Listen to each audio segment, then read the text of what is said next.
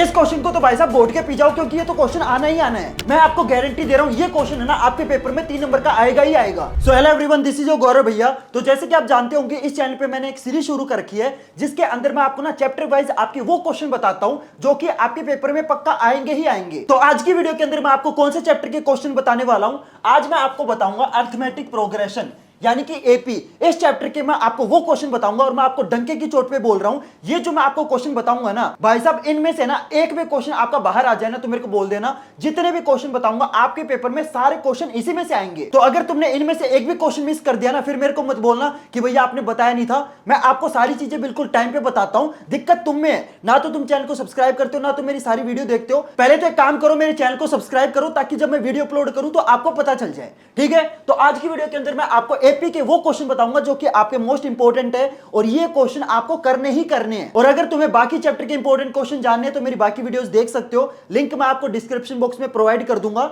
आज मैं आपको एपी के क्वेश्चन बताने वाला हूं, तो बिना टाइम वेस्ट किए वीडियो को स्टार्ट करते हैं। तो पहले क्वेश्चन में देखते हैं क्या बोला गया है। और वीडियो स्टार्ट करने से पहले मैं आपको एक और चीज बता देता हूं। इस वीडियो के अंदर मैं आपको टोटल है ना 10 क्वेश्चन कराऊंगा और आपको ना 10 क्वेश्चन में से आपको खुद चेक करना है कि आपको इन 10 क्वेश्चन में से कितने क्वेश्चन आते हैं और फिर आपको उनके हिसाब से ना आपको नंबर भी देने हैं। टोटल मैं आपको 10 क्वेश्चन कराऊंगा। मान लो आपको इन 10 क्वेश्चन में से फॉर एग्जाम्पल 6 क्वेश्चन आते हैं तो आपका स्कोर कितना हो गया? आपका स्कोर हो गया 6 आउट ऑफ 10। तो तुम्हारा जितना भी स्कोर आएगा ना तो वो आपको कमेंट में मेरे को लिख के बताना है कि भैया मेरे इतने नंबर आए हैं, मेरे को 7 क्वेश्चन आते थे, मेरे को 8 आते थे। जब तक आप मेरे को बताओगे नहीं मेरे को पता कैसे चलेगा यार। तो तुम्हें इन 10 क्वेश्चन में से जितने भी क्वेश्चन आते हैं ना वो आपको मेरे को कमेंट करके जरूर बताना है और साथ में आपको यह भी बताना है कि भाई आप कौन से क्वेश्चन में अटके। फॉर एग्जाम्पल मैं आपको ये पहला क्वेश्चन करा रहा हूं, तो अगर आपको ये पहला क्वेश्चन आता है ना तो भी आपको कमेंट में बताना है कि भैया मेरे को पहला क्वेश्चन आता है। और अगर आपको ये पहला क्वेश्चन नहीं आता तो भी आपको मेरे को बताना है कि भैया पहले क्वेश्चन में मेरी ये गलती हो गई या मेरे को इस पहले वाले क्वेश्चन में ये चीज नहीं आती थी। जब तक आप मेरे को बताओगे नहीं तो यार मेरे को पता कैसे चलेगा। तो आपको मेरे को ना क्वेश्चन वाइज भी बताना है कि भैया मेरे को 10th क्वेश्चन नहीं आता या 9th क्वेश्चन नहीं आता, ताकि मेरे को पता चले यार ऐसा वो कौन सा क्वेश्चन है जिसमें ज्यादातर बच्चे अटक रहे हैं। तुम्हें इस वीडियो को बस ऐसे रोबोट की तरह बैठ के देखना नहीं है, आपको हर चीज है ना कमेंट में मेरे को बतानी है। ठीक है, जितने भी क्वेश्चन मैं आपको कराऊंगा एक काम करो, पहले तो जल्दी से जाके ना एक रफ नोटबुक उठा के लाओ, एक पेन उठा के लाओ। जैसे ही मैं क्वेश्चन लेके आऊंगा ना तो आपको मैं बता देता हूं इस वीडियो को देखना कैसे है। जैसे मैं ये आपको क्वेश्चन करा रहा हूं तो आपको वीडियो को पॉज करना है और इस क्वेश्चन को खुद पढ़ के एक बार इस क्वेश्चन को सोल्व करने का ट्राई करना है। क्लियर है एवरीवन? और देखो यार, चाहे आपसे क्वेश्चन हो चाहे ना हो, आपको बताना जरूर है कि भैया ये क्वेश्चन मेरे को नहीं आता। देखो यार, आपको ना शर्माने की जरूरत नहीं है, पेपर आपके सर पे आ गए हैं। अगर तुम अभी भी शर्माओगे ना कि यार मैं भैया को बताऊंगा कि यार मेरे को ये क्वेश्चन नहीं आता, तो भैया को कैसा लगेगा? भैया को अच्छा लगेगा। देखो यार, मैं आपको एक चीज बताता हूं, मान लो ये क्वेश्चन आपके पेपर में आ जाए और मान लो आपको ये क्वेश्चन पेपर में ना आता हो, इससे बेटर तो ये है ना कि भाई अभी आपको ना आता हो, क्योंकि अभी तो आपके पास एटलीस्ट टाइम तो है कि भाई इस क्वेश्चन को आप सीख सकते हो कि भाई ये क्वेश्चन करना कैसे है। मान लो ये पेपर में आ जाए और तब ना आए तो, समझ रहे हो? तो तुम्हें क्या करना है, इन क्वेश्चन को खुद सोल्व करने का ट्राई करना है। Clear everyone? तो देखते हैं इस क्वेश्चन में क्या बोला गया है। If the sum of first m terms of an AP is the same as the sum of its first n terms. तो बहुत ही बढ़िया क्वेश्चन है, देखना इसको करना कैसे है। तो ये देखो यहां पे क्या बोला गया है, सम ऑफ m टर्म्स यानी कि sm will be equal to sum of n terms is equal to sn। ठीक है, इतना समझ में आया कि भाई m टर्म्स का सम और n टर्म्स का जो सम है वो क्या है, इक्वल है। और आपको इस क्वेश्चन में करना क्या है, show that the sum of first m plus n terms is 0। Okay, तो आपको क्या शो करना है, आपको ये शो करना है that s m plus n terms का जो सम है वो आपका कितना है, 0 के इक्वल है। क्लियर है एवरीवन? ये समझ में आया? तो ये चीज आपको गिवन है, ये आपको प्रूव करनी है। कैसे सोल्व करोगे चलो बताता हूं। बढ़िया क्वेश्चन है ये। क्वेश्चन आपके पेपर में मान के चलो 4 नंबर में आ सकता है, तो काफी बढ़िया क्वेश्चन है और मेरे हिसाब से 80% बच्चे इस क्वेश्चन को कर लेंगे। अगर आपसे क्वेश्चन नहीं हो रहा है ना तो ये मान के चलो कि तुम्हें मतलब मेहनत करने की जरूरत है, लिटरली जरूरत है। ठीक है, तो देखो जो चीज गिवन है उसको उठाएंगे। एस एम का फॉर्मूला क्या होता है जल्दी बताओ? m/2 2a plus m-1 into D, ये फॉर्मूला होता है एस एम का। Is equal to S N का फॉर्मूला क्या होता है, n/2 2a plus n-1 into D bracket close. Right, तो ये चीज आपको इसके इक्वल गिवन है। अब देखो ये बाय में 2 है, ये बाय में 2 है, कट जाएंगे। ठीक है, अब ये जो m है इस पूरे ब्रैकेट से मल्टीप्लाई होगा तो 2a, एक काम करता हूं पहले ना अंदर वाली चीज मल्टीप्लाई करता हूं, तो m 2a plus M D minus M नहीं माइनस एम नहीं, माइनस डी, ठीक है, इज इक्वल टू सिमिलरली यहां पे करेंगे 2a plus N D minus D. Clear? तो मैंने सिंपल क्या किया, ये जो d है ना ये इस ब्रैकेट से मल्टीप्लाई है, मैंने मल्टीप्लाई किया है। अब ये जो m है ये पूरे ब्रैकेट से मल्टीप्लाई होगा, बिल्कुल होगा, 2am plus M square D minus M D is equal to यहां पे आएगा 2an N square D minus N D. Clear everyone? किसी बच्चे को यहां तक कोई डाउट हो तो बताओ। मेरे ख्याल से ये मान के चलो 80% बच्चे इतना तो कर लेंगे यार, ये तो बहुत ही मतलब नॉर्मल सी चीज है, ठीक है, इतना तो आना चाहिए आपको, ठीक है, इतना समझ में आया। अब आप क्या करोगे, ये जो राइट साइड वाली चीज है इसको उठा के लेफ्ट में लेके आएंगे, ठीक है। अब हम क्या करेंगे, ये जो राइट साइड वाली ये जो चीज है ना इसको उठा के लेफ्ट में लेके आएंगे। ध्यान से देखना, तो लेफ्ट में ऑलरेडी ये चीज है तो ये मैं लिख लेता हूं 2am plus M square D minus M D, ठीक है। अब ये राइट साइड वाली चीज लेफ्ट में आएगी तो minus 2an minus N square D plus N D is equal to right side में क्या बचेगा, कुछ भी नहीं बचेगा, यानी कि 0 बचेगा। Clear everyone? इतना समझ में आया? ठीक है। अब क्या करोगे, जो सेम चीज है ना उनमें से कॉमन ले लो। देखो यहां पे 2am है, ठीक है। अब ध्यान से देखना, ये चीज और ये चीज 2am माइनस 2an, यहां से क्या कॉमन आ सकता है, 2a कॉमन आ सकता है। तो इनमें से हम क्या करेंगे, 2a कॉमन लेंगे। 2a मैं कॉमन लेता हूं तो 2a यहां क्या बचेगा, m माइनस n बचेगा, ठीक है। अब देखो m स्क्वेयर डी और माइनस एन स्क्वेयर डी, इसमें से क्या कॉमन आ सकता है, आपका d कॉमन आ सकता है, तो d कॉमन ले लेंगे plus D M square minus N square, ठीक है। इतना समझ में आया? अब क्या करेंगे, जो आपका माइनस एम डी है और प्लस एन डी है इसमें से कॉमन ले लेंगे और यहां से हम क्या कॉमन लेंगे, यहां से काम करते हैं माइनस डी कॉमन लेते हैं। क्योंकि देखो अगर आप नोटिस करोगे, अगर मैं यहां पे प्लस डी कॉमन लूंगा तो ब्रैकेट के अंदर क्या बचेगा, एन माइनस एम बचेगा, लेकिन यहां पे एम माइनस एन है। तो अगर मेरे को इनमें से एम माइनस एन ब्रैकेट के अंदर लाना है तो मेरे को माइनस डी कॉमन लेना पड़ेगा ना, तो मैं यहां से माइनस डी कॉमन लूंगा, ठीक है, minus D M minus N और इक्वल टू 0। इतना समझ में आया? ठीक है। अब देखो पूरे के अंदर यहां पे क्या है, M square minus N square है, तो यहां पे आइडेंटिटी लग जाएगी कौन सी वाली, ए स्क्वेयर माइनस बी स्क्वेयर वाली। वो क्या होती है, ए प्लस बी इंटू ए माइनस बी, बिल्कुल होती है। तो यहां पे हम आइडेंटिटी लगा देंगे तो ये सेम चीज रहेगी 2a m minus N plus D, bracket यहां पे देखो M square minus N square है तो यहां पे 2 ब्रैकेट आएंगे, एक आएगा m प्लस एन, दूसरा आएगा m माइनस एन।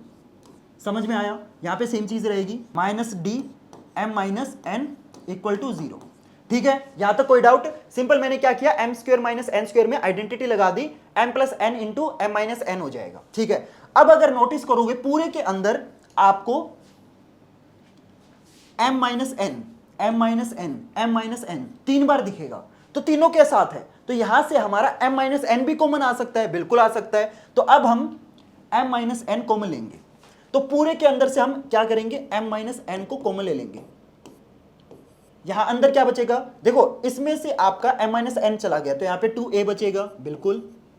यहां पे आपका m plus N plus D बचेगा, plus D into M plus N, ठीक है। यहां पे आपका माइनस डी बचेगा इज इक्वल टू 0। यहां तक कोई डाउट? तो मैंने पूरे के अंदर से m माइनस एन कॉमन ले लिया, ठीक है। आगे देखो कैसे करेंगे,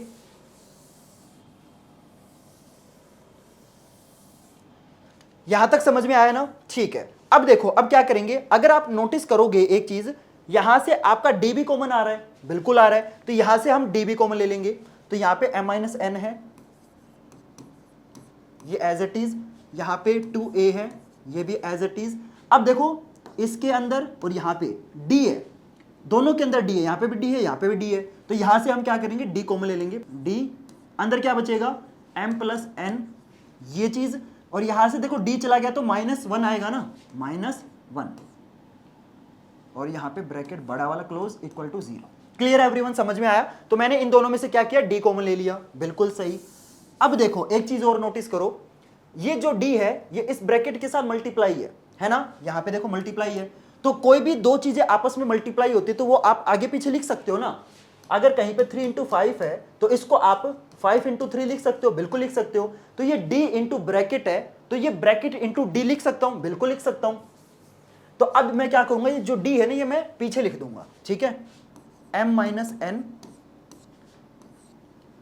टू ए, अब ब्रैकेट आगे लिख दूंगा मैं, ठीक है।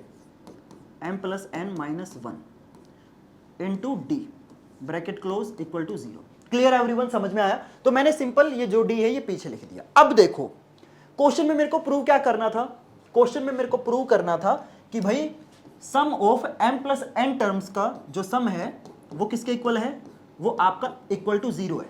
ये मेरे को क्वेश्चन में प्रूव करना था, है ना। अब इसको प्रूव करना कैसे है बताओ, थोड़ा दिमाग लगाओ, और इसको कैसे प्रूव करना है। एस m प्लस एन यानी कि sum of m plus N terms का सम का मतलब क्या होता है, क्या मतलब होता है जल्दी बताओ, फॉर्मूला क्या होगा। आपको पता है जो यहां पे लिखा होता है ब्रैकेट के अंदर वो बाय 2 होता है, तो यहां पे m प्लस एन बाय 2 हो जाएगा, है ना, बिल्कुल हो जाएगा, इंटू 2a प्लस यहां पे जो ब्रैकेट में होगा उसमें से आपको 1 माइनस करना है। तो यहां पे m प्लस एन है तो इसमें से 1 माइनस कर दिया, इंटू डी ये होता है। तो ये चीज आपको इक्वल टू 0 प्रूव करनी है ना, ये चीज आपको इक्वल टू 0 प्रूव करके दिखानी है। तो कैसे करोगे, दिमाग लगाओ। ये चीज हमारी आई है और ये चीज यहां पे हमें इक्वल टू 0 प्रूव करनी है, तो थोड़ा दिमाग लगाओ। ये जो चीज है, ठीक है, इनटू डी तक, और ये जो चीज है क्या हमारी सेम है, हाँ बिल्कुल सेम है, बस यहां पे m माइनस एन है और यहां पे m प्लस एन है ना। तो अब थोड़ा नोटिस करो, अगर ये ब्रैकेट वाली चीज 0 हो जाए, आपको पता है 0 से कोई भी चीज मल्टीप्लाई होती है तो वो 0 हो जाती है। तो अगर ये ब्रैकेट वाली चीज मेरी 0 हो जाए, ठीक है, ये पूरा ब्रैकेट मेरा 0 हो जाए, ठीक है, तो m प्लस एन बाय 2 जब 0 से मल्टीप्लाई होगा तो ये भी 0 हो जाएगा। तो अगर मैं ये सारी चीज 0 दिखा दूं तो क्वेश्चन हो जाएगा ना। अभी आपको समझ नहीं आ रहा, कोई बात नहीं, टेंशन मत लो, अभी मैं करके दिखाता हूं।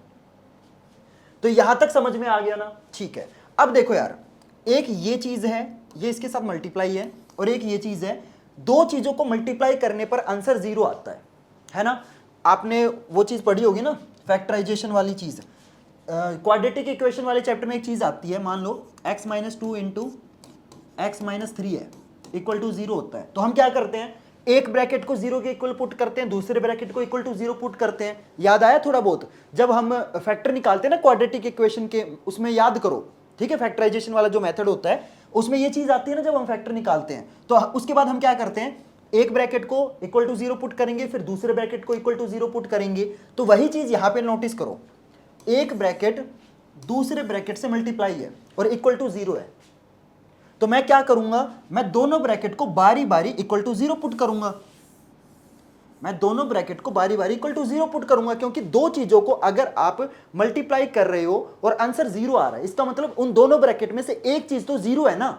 अगर आप दो चीजों को मल्टीप्लाई करके आंसर आपका 0 आ रहा है, तो आंसर 0 कब आता है, जब आपकी दो चीजें मल्टीप्लाई हो रही है और आंसर 0 आ रहा है। इसका मतलब इन दोनों चीजों में से एक चीज 0 पक्का है, क्योंकि अगर ये दोनों 0 नहीं है, मान लो ये इसकी वैल्यू 1 है, इसकी वैल्यू 2 है, तो आंसर 0 आ ही नहीं सकता। और अगर आंसर 0 आ रहा है, इसका मतलब इन दोनों ब्रैकेट में से एक चीज 0 है, समझ रहे हो। तो इसका मतलब हम क्या करेंगे, दोनों ब्रैकेट को इक्वल टू 0 पुट करेंगे। Clear everyone. तो अब देखो, पहला ब्रैकेट क्या है, m minus N, m minus N को मैं इक्वल टू 0 पुट करूंगा, बीच में लाइन खड़ी कर दी मैंने, ठीक है। तो यहां से क्या चीज आई, माइनस एन उधर चला जाएगा, तो m is equal to N, ठीक है। तो m और n की वैल्यू इक्वल टू 0 हो सकती है। कब हो सकती है, जब ये वाली चीज 0, ठीक है, तो ये हो सकता है। दूसरी चीज, अब दूसरे ब्रैकेट को इक्वल टू 0 पुट करूंगा, 2a plus m plus n minus 1 into D equal to 0। तो ये जो पूरी चीज है ये इक्वल टू 0 है, राइट। तो यहां से जो चीज हमें क्वेश्चन में गिवन थी, वहां से हमें ये पता चल गया कि भाई इसकी वैल्यू 0 टू इक्वल टू 0 है। क्लियर, इतना समझ में आया। क्वेश्चन में प्रूव करना है कि मेरे को m प्लस एन टर्म्स का जो सम है वो 0 है। m प्लस एन टर्म्स का जो सम है उसका मतलब क्या है कि ये पूरी चीज 0 है, ये प्रूव करना है मेरे को। ये इक्वल टू 0 मैंने लिखा है कि भाई ये मेरे को प्रूव करना है, अभी प्रूव हुआ नहीं है, क्वेश्चन का मतलब क्या है कि क्वेश्चन में आपको प्रूव करना है, ये आपको गिवन नहीं है, ठीक है। ये चीज आपको इक्वल टू 0 प्रूव करनी है, ठीक है। तो कैसे करेंगे, आपको पता चल गया कि भाई ये जो चीज है ये इक्वल टू 0 है, तो इसकी वैल्यू आप यहां पे पुट कर सकते हो, बिल्कुल पुट कर सकते हो, ये चीज आपकी 0 के इक्वल है। तो मैं ये वैल्यू यहां पे पुट करता हूं, m प्लस एन बाय में 2, तो ये पूरी चीज की वैल्यू क्या है, 0 है। तो आपको पता है 0 किसी भी चीज से मल्टीप्लाई होता है, आंसर क्या आता है, 0 आता है। तो question hence proved. Clear everyone, question आपका क्या हो गया, प्रूव हो गया, ठीक है, समझ में आया। तो इस तरीके से क्वेश्चन होगा। ये जो क्वेश्चन है मैं इसको ये मानूंगा कि ये क्वेश्चन है ना आपका एवरेज कैटेगरी में आता है। तो अगर ये क्वेश्चन आपको आता है तो ये मान के चलो ये आप एवरेज कैटेगरी के अंदर हो, और अगर आपको ये क्वेश्चन नहीं आता तो ये मान के चलो यार आपको लिटरली मेहनत करने की जरूरत है, तुमने मतलब अभी कम क्वेश्चन किए हैं, ठीक है। मैं देखो यार बिल्कुल आपके मुंह पे आपकी सच्चाई बोलूंगा, मैं आपको ना हवा में नहीं चढ़ाऊंगा कि भाई तुम्हें तो बहुत कुछ आता है, नहीं भाई, मैं तुम्हें आईना दिखा रहा हूं, तुम्हारी रियलिटी तुम्हारे मुंह के ऊपर बता रहा हूं। ये क्वेश्चन एवरेज क्वेश्चन है, अगर तुम्हें आता है तो अच्छी बात है, तुम एवरेज कैटेगरी के अंदर हो। अगर तुम्हें क्वेश्चन नहीं आता है तो भाई तुम बिलो एवरेज हो। और साथ में मैं आपको एक और चीज बता देता हूं, देखो यार आपको ना इस चीज पे शर्म नहीं करनी कि यार एवरेज क्वेश्चन भी मेरे से नहीं हुआ। सोच के देखो, अगर ये क्वेश्चन आपका पेपर में आ जाता तो तब नहीं होता, उससे बेटर तो ये है कि अब नहीं हो रहा। अब एटलीस्ट तुम्हारे सामने इसका सॉल्यूशन तो है, तुम्हें पता तो है कि भाई ये क्वेश्चन करना कैसे है। अगर ये क्वेश्चन तुम्हारे पेपर में आ जाता तुम तब बैठ के रो रहे होते, उससे बेटर तो ये है कि अब रो लो। समझ रहे हो मेरी बात। तो आपको अपना जो सच है ना कि भाई मेरे को नहीं आता तो नहीं आता, लेकिन मैं इंप्रूव करूंगा, ये चीज आपको एक्सेप्ट करनी पड़ेगी। अगर मैं आपको आईना दिखा रहा हूं ना कि भाई तुम बिलो एवरेज हो, तो आपको ना डिप्रेस नहीं होना, आपको स्ट्रेस नहीं लेना, आपको बल्कि खुश होना है कि एक गौरव भैया है जो मेरे को असली रियलिटी मेरे को बता रहे हैं, और मेरे पास टाइम है कि मैं अपनी जो कमी है ना उसको इंप्रूव कर सकता हूं, ठीक है। तो चाहे ये क्वेश्चन आपसे हो चाहे ना हो, आपको कमेंट के अंदर जरूर बताना है कि भैया ये क्वेश्चन मेरे से हुआ है। अगर हो गया तो अच्छी बात है, तो भी आपको बताना है। अगर ये क्वेश्चन आपसे नहीं हुआ ना, अगर आपको ये क्वेश्चन नहीं आता तो भी आपको कमेंट के अंदर बताना है, लिखना है कि भैया ये क्वेश्चन मेरे को नहीं आता, थैंक यू सो मच कि आपने मेरे को इस क्वेश्चन का आंसर बताया।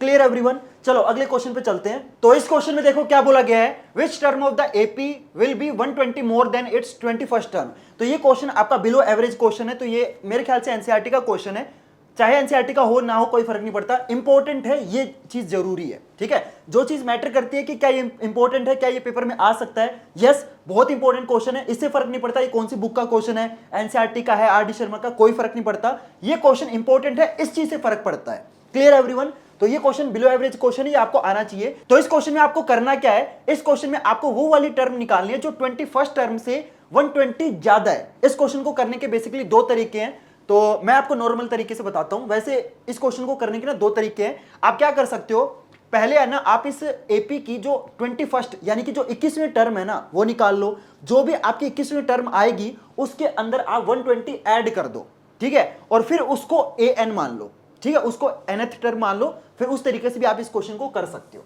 ठीक है। क्लियर एवरीवन, तो बेसिकली यहां पे विच टर्म निकालना है, यानी कि आपको इस क्वेश्चन के अंदर n की वैल्यू निकालनी है।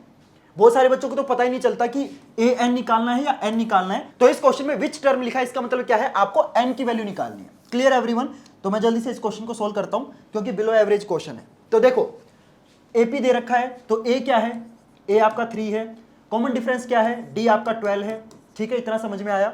अब देखो आपको एन की वैल्यू निकालनी है, लेकिन आपको विच टर्म यानी कि ए एन भी तो पुट करना पड़ेगा ना। तो इसके अंदर होगा कैसे, तो आपको एक ऐसी टर्म निकालनी है, यानी कि आपको ए एन निकालना है जो कि 21वीं टर्म यानी कि A21 से कितना ज्यादा है, 120 ज्यादा है। आपको ऐसी टर्म निकालनी है जो 21वीं टर्म से 120 ज्यादा है। बहुत सारे बच्चे क्या करते हैं 120 को ना इधर ऐड कर देंगे, नहीं, वो टर्म आपके 21वीं टर्म से 120 ज्यादा होनी चाहिए, यानी कि आप 120 को 21वीं टर्म के अंदर ऐड करोगे। क्लियर एवरीवन, तो ये समझ में आया, A N is equal to A21 plus 120, ठीक है। अब देखो ए एन का फॉर्मूला क्या होता है, ए प्लस एन माइनस 1 डी, इतना तो आता होगा, इज इक्वल टू 21वीं टर्म का फॉर्मूला क्या बन जाएगा, ए प्लस 20D है ना, प्लस 120। समझ में आया इतना। अब देखो ए से ए कट जाएगा क्योंकि ए इधर आके माइनस हो जाएगा, और डी की वैल्यू कितनी है, 12 है, तो एन की वैल्यू आपको निकालनी है। एक काम करो, सिंपल है ना, पहले डी की वैल्यू पुट कर दो, तो n माइनस 1, d कितना है 12 है, तो into 12 is equal to 20d, तो 20 इंटू 12 प्लस 120। क्लियर, इतना समझ में आया। सिंपल मैंने क्या किया है, d की वैल्यू पुट की है। अब ये जो 12 है इससे मल्टीप्लाई होगा, तो 12n minus 12 is equal to, यहां पे आएगा आपका 240 प्लस 120। ठीक है, तो इससे आगे मेरे ख्याल से सोल्व कर लोगे, बेसिक कैलकुलेशन है। तो 12 उधर चला जाएगा, तो इधर बचेगा 12n is equal to 240 plus 120 कितना हो जाएगा 360, और ये 12 इधर आके प्लस हो जाएगा, तो ये हो जाएगा 372। तो यहाँ पे n की वैल्यू क्या हो जाएगी, यहाँ पे देखो n जो है लेफ्ट में n बचेगा, 372 डिवाइडेड बाय 12, तो ये हो जाएगा आपका 12 3 जा 36। ओके, n की वैल्यू हो जाएगी आपकी 31। Clear everyone. तो आपकी 31वीं वो टर्म है जो आपकी 21वीं टर्म से 120 ज्यादा है। क्लियर एवरीवन, समझ में आया ये क्वेश्चन कैसे होगा। तो बहुत ही एवरेज क्वेश्चन था, बिलो एवरेज था, एवरेज भी नहीं था। ठीक है, तो मेरे को कमेंट में जरूर बताना कि ये क्वेश्चन आपको आता था कि नहीं आता था। ठीक है, अगर आता था तो मतलब आपको 1 नंबर एक्स्ट्रा मिल गया। लास्ट में देखो मैं आपको टोटल 10 क्वेश्चन कराऊंगा इस पूरी वीडियो के अंदर। लास्ट में आपको अपना जो स्कोर है ना वो भी मेरे को आपको बताना है कि भैया देखो 10 क्वेश्चन में से अगर आपसे 7 क्वेश्चन हुए तो इसका मतलब आपका स्कोर क्या है, 7 आउट ऑफ 10। तो आपका जो भी स्कोर होगा वो भी आपको कमेंट में मेरे को बताना है। ठीक है, और आपको क्वेश्चन वाइज भी मेरे को बताना है कि सेकंड क्वेश्चन मेरे को आता है कि नहीं आता है, ताकि यार मेरे को पता चले कि भाई ऐसा वो कौन सा क्वेश्चन है जिसमें ज्यादातर बच्चे अटक रहे हैं। क्लियर, चलो अगले क्वेश्चन पे चलते हैं। तो इस क्वेश्चन में देखो क्या बोला गया है, right the nth term of this. अरे यार बहुत इजी क्वेश्चन है। तो देखो कैसे करना है, यहाँ पे nth टर्म यानी कि आपको an की वैल्यू बतानी है। तो an का मतलब क्या होता है, an का मतलब होता है a plus n minus 1 into D. ठीक है, इसकी वैल्यू आपको इस क्वेश्चन के अंदर बतानी है। ये एपी आपको दे रखी है। अब इस एपी से आपको क्या क्या पता चल रहा है जल्दी बताओ। तो एपी से पता चल रहा है कि जो आपका ए यानी कि जो आपकी फर्स्ट टर्म है वो क्या है, वो आपकी 1/m है। ठीक है, और जो आपका कॉमन डिफरेंस है वो कैसे निकालोगे, सेकंड टर्म में से पहली टर्म को माइनस कर दो। तो कॉमन डिफरेंस कैसे आएगा, सेकंड टर्म क्या है 1 प्लस m/m। ठीक है, देखो आप है ना थर्ड टर्म में से सेकंड टर्म को भी माइनस कर सकते हो, लेकिन यहाँ पे देखो जो आपकी सेकंड टर्म है वो थोड़ी सिंप्लीफाई है और जो फर्स्ट टर्म है वो और भी सिंप्लीफाई है, इसीलिए मैं सेकंड टर्म में से फर्स्ट टर्म को माइनस कर रहा हूँ, थोड़ा सा मतलब इजी रहेगा। ठीक है, अगर थर्ड में से सेकंड को माइनस करेंगे ना तो थोड़ी सी चीजें कॉम्प्लिकेट हो सकती हैं, बाकी आपकी मर्जी है, आपके ऊपर है। ठीक है, तो सेकंड टर्म में से फर्स्ट टर्म को माइनस कर दिया, तो एलसीएम ले लो, एलसीएम आ जाएगा आपका m, यहाँ पे आएगा 1 प्लस m माइनस 1 से 1 कट गया, m से m कट जाएगा, तो ये आ गया आपका कॉमन डिफरेंस कितना आ गया guys, common difference is your 1। Clear, तो a आपके पास है, d आपके पास है, आपको इसकी वैल्यू निकालनी है, सिंपल वैल्यू पुट कर दो। वैल्यू पुट कर देंगे तो a कितना है 1/m plus n minus 1, d कितना है, d आपका 1 है, तो लिखो या ना लिखो कोई फर्क नहीं पड़ता, क्योंकि आपको पता है 1 से मल्टीप्लाई होगा, कोई फर्क नहीं पड़ेगा। ब्रैकेट ओपन कर दो, 1/m प्लस n माइनस 1। आप चाहो तो इतना भी आंसर लिख के आ सकते हो, बाकी आप चाहो तो इसको आगे जाके एलसीएम भी कर सकते हो और भी सिंप्लीफाई कर सकते हो, आपके ऊपर है। बाकी मैं आऊंगा ना तो मैं तो इतना ही छोड़ के आ जाऊंगा, क्यों कॉम्प्लिकेशन करना है, क्योंकि यार पेपर में आपके पास है ना लिमिटेड टाइम होता है, तो किसी भी क्वेश्चन को ना ओवर सोल्व करने की जरूरत नहीं है। जहां तक आपको मतलब इतना सोल्व करना है कि भाई आपको पूरे नंबर मिल जाए, बात खत्म। अगर किसी क्वेश्चन को ओवर सोल्व करने जाओगे ना, ओवर सिंप्लीफाई करने जाओगे ना, तो हो सकता है कि आपसे गलती हो जाए, तो उतना रिस्क नहीं लेना, ना आपके पास टाइम है ना आपको रिस्क लेना है। ठीक है, तो इतना छोड़ के आ जाओ, बात खत्म। क्लियर एवरीवन, तो बिलो एवरेज क्वेश्चन था, ये भी आपको आता है कि नहीं आता मेरे को कमेंट में जरूर बताना। चलो अगले क्वेश्चन पे चलते हैं। सॉरी एकदम से मैं वीडियो बीच में रोक रहा हूं। आप सोच रहे होगे कि भैया चलते वीडियो में आपने कपड़े कैसे चेंज कर लिए, तो एक्चुअली ना बहुत सारे बच्चे पिछली वीडियो में कमेंट कर रहे थे कि भैया ये जो आप गारंटेड क्वेश्चन हमें हमारे लिए लेके आते हो, ये आप कौन सी बुक से लेके आते हो। तो यार वैसे तो आपको ऑलरेडी पता होगा कि मेरे पास है ना लिटरली किताबों का भंडार है। मैं अगर तुम्हें बताऊं ना मेरे पास कितनी बुक है, तुम लिटरली सुन के शॉक हो जाओगे। मैं ना सिंगल बेड पे सोता हूँ, सिंगल लोग ऑब्वियसली बात है सिंगल बेड पे सोएंगे, सैड लाइफ, तो मैं सिंगल बेड पे सोता हूँ, और वो जो पूरा बेड है ना वो आप मतलब इमेजिन नहीं कर सकते, पूरा बेड लिटरली किताबों से भरा हुआ है। तो लिटरली ऐसी एक भी बुक नहीं यार जो मेरे पास ना हो। लेकिन जब मैं आपके गारंटीड क्वेश्चन रेडी करता हूं ना, तो उस टाइम ऐसा नहीं होता कि मैं कोई एक बुक लेके बैठता हूं, मेरे सामने ना 3-4 बुक खुली रहती है और उन सभी बुक को मैं पढ़ता हूं और उसके बाद मैं आपकी गारंटीड क्वेश्चन रेडी करता हूं। लेकिन एक बुक ऐसी है जिसमें से ना मैं सबसे ज्यादा क्वेश्चन उठाता हूं वो है ओसवाल का ये वाला क्वेश्चन बैंक। इस बुक की ना मेरे को दो चीजें सबसे अच्छी लगती है, एक तो इस बुक में जो क्वेश्चंस की वैरायटी है ना वो बाकी बुक से बेटर है, और दूसरा ये कि जो आपका फाइनल पेपर होगा ना, पता है उसमें से सबसे ज्यादा क्वेश्चन किस बुक से आएंगे,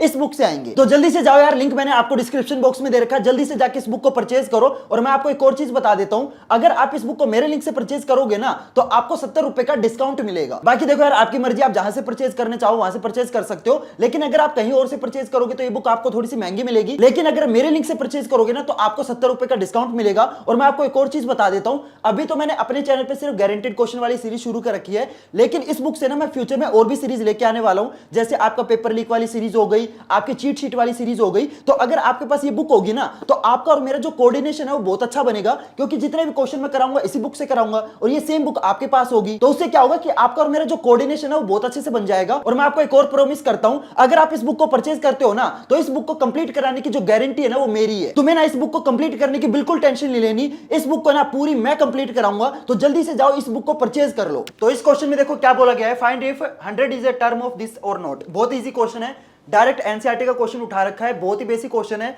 ये ऐसा क्वेश्चन है कि आपको देखते ही मतलब पता होना चाहिए कि ये क्वेश्चन करना कैसे है, ठीक है।